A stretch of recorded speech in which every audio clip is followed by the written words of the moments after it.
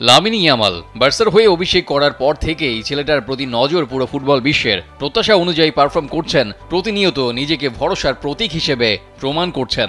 বার্সার জার্সি তো বটেই, দেশের জার্সিতেও যে 17 বছর বয়সেই তারকা বনে গেছেন ইয়ামাল, সেটা নতুন করে বলার প্রয়োজন নেই। তার হাত ধরেই যে সদ্য শেষ হওয়া ইউরো জিতল স্পেন। ক্লাব ফুটবলের মৌসুম শুরু হয়ে গেছে ইতিমধ্যেই।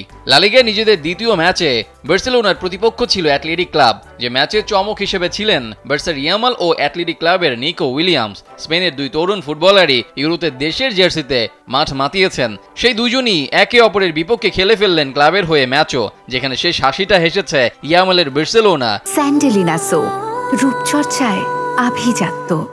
বার্সার লেভানডস্কি ও ইয়ামালের নৈপুণ্যে 2-1 গোলে জিতেছে নতুন দায়িত্ব নেওয়া হান্সি ফ্লিকের দল। ম্যাচটাতে দুর্দান্ত ছিলেন ইয়ামাল। বক্সের বাইরে থেকে ফ্রি কিকে যে শটে গোল করেছেন ইয়ামাল, তাতে যে কেউ কয়েক বছর আগে ফিরে যাবেন, যেখানে কল্পনা করে নিতে পারেন বার্সার সোনালী দিনের সেই লিও মেসির নাম।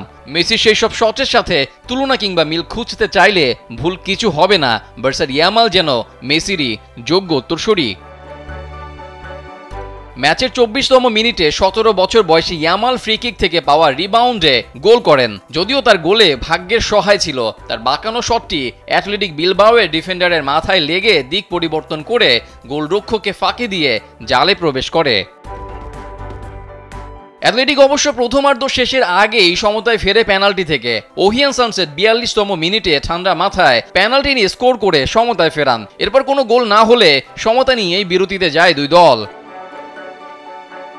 দ্বিতীয়ার্ধে অ্যাটলেটিক ক্লাব বার্সার ধারে কাছেও ঘেঁষতে পারেনি। একের পর এক আক্রমণে লেভাররা ব্যস্ত রাখেন বিপক্ষ দলের ডিফেন্ডারদের। গোলরক্ষককেও দিতে হয় একের পর এক পরীক্ষা। তবে শেষ পর্যন্ত 75 মিনিটে সফল হন লেভা। পেদ্রির ক্রসে দুর্দান্ত এক গোলে লিড এনে দেন বার্সাকে। এই গোলের মাধ্যমে মৌসুমের 2 ম্যাচেই 3 গোল করে ফেললেন বার্সার পোলিশ এই স্ট্রাইকার। রিজাউল করিম, কালবেলা।